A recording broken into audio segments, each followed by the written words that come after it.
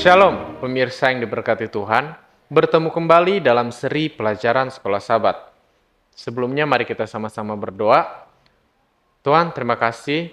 Sekarang kami akan memulai pelajaran Sekolah Sabat kami. Berkatilah kami supaya dapat mengerti apa yang akan kami pelajari. Ampunilah dosa kami dan nama Yesus kami berdoa. Amin. Pelajaran Sekolah Sabat Rabu 16 April 2025 berjudul Ishak dan Ribka. Ketika Abraham sudah tua dan tidak diragukan lagi memikirkan tentang janji-janji yang telah diberikan kepadanya oleh Tuhan tentang keturunannya, lihat Kejadian 15 ayat 5. Dia memberikan kepada pelayannya yang tertua dan paling terpercaya satu tugas serius. Bacalah Kejadian 24 ayat 1-4. Ayat 1. Adapun Abraham telah tua dan lanjut umurnya, serta diberkati Tuhan dalam segala hal. Ayat 2, berkatalah Abraham kepada hambanya yang paling tua dalam rumahnya, yang menjadi kuasa atas segala kepunyaannya, katanya, baiklah, letakkan tanganmu di bawah pangkal pahaku. Ayat 3, supaya aku mengambil sumpahmu demi Tuhan, Allah yang mempunyai langit dan yang mempunyai bumi, bahwa engkau tidak akan mengambil untuk anakku seorang istri dari antara perempuan Kanaan yang di antaranya aku diam. Ayat 4, tetapi engkau harus pergi ke negeriku dan kepada sanak saudaraku untuk mengambil seorang istri bagi Ishak anakku. Mengapa begitu penting bagi Abraham agar putranya tidak menikah dari antara perempuan Kanaan? Kejadian 24 ayat 3. Betapapun eksklusifnya nasihatnya, masalah bagi Abraham adalah spiritual, bukan etnis. Itu adalah teologis, bukan nasional.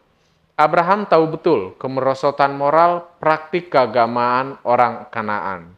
Belum lagi pemujaan mereka terhadap dewa-dewa palsu. Dan dia tahu betapa mudahnya putranya jatuh ke dalam praktik-praktik ini. Jika dia menikahi dari antara mereka, memang banyak cerita tentang Israel kuno dan bahkan tentang gereja Kristen selama berabad-abad. Telah menjadi kisah di mana umat Tuhan yang seharusnya bersaksi kepada dunia, malah terjebak di dunia dan dalam ajaran-ajaran serta keyakinan religius yang salah. Mungkin contoh yang besar dari kenyataan yang menyedihkan ini adalah pengenalan hari Minggu, hari matahari kafir, menggantikan Sabat, hari ke-7 yang Alkitabiah. Sebuah kenyataan yang akan memainkan peran penting di akhir zaman. Bacalah Kejadian 24 ayat 57 sampai 67. Ayat 57, kata mereka, baiklah kita panggil anak gadis itu dan menanyakannya kepadanya sendiri. Lalu mereka memanggil Ribka dan berkata kepadanya, maukah engkau pergi beserta orang ini? Jawabnya, mau. 59, maka Ribka saudara mereka itu dan inang pengasuhnya beserta hamba Abraham dan orang-orangnya dibiarkan mereka pergi. Ayat 60, dan mereka memberkati Ribka, kata mereka kepadanya, saudara kami, moga-moga engkau menjadi beribu-ribu laksa, dan moga-moga keturunanmu menduduki kota-kota musuhnya. Ayat 61, lalu berkemaslah Ribka beserta hamba-hambanya perempuan, dan mereka naik unta mengikuti orang itu. Demikian hamba itu membawa Ribka, lalu berjalan pulang. Ayat 62, adapun Ishak telah datang dari arah sumur Lahai Roi. Ia tinggal di tanah Negeb. Ayat 63, menjelang senja, Ishak sedang keluar untuk berjalan-jalan di padang.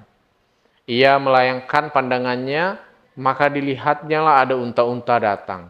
Ayat 64, Ribka juga melayangkan pandangannya, dan ketika dilihatnya Ishak, turunlah ia dari untanya.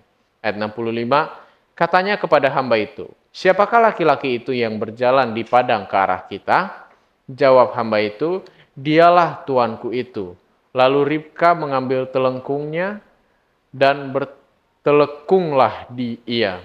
Ayat 66, kemudian hamba itu menceritakan kepada Ishak segala yang dilakukannya. Ayat 67, lalu Ishak membawa Ribka ke dalam kemah Sarah ibunya dan mengambil dia menjadi istrinya. Ishak mencintainya dan demikian ia dihiburkan setelah ibunya meninggal. Pelajaran apakah yang dapat kita petik tentang Kristus dan gerejanya dari beberapa rincian yang kita temukan dalam cerita ini, apakah yang bisa kita pelajari? Misalnya, tentang keadaan kita yang jatuh dari kenyataan bahwa Ribka adalah kerabat yang jauh dan terpisah dari Ishak. Kita tidak diragukan lagi terhubung dengan pencipta kita yang awalnya diciptakan menurut gambarnya. Kita telah dipisahkan darinya oleh dosa, namun kita masih dianggap sebagai pengantin yang tepat baginya. Meskipun melalui pilihan-pilihan kita, kita dapat membuat pernikahan menjadi lebih bergejolak daripada yang seharusnya.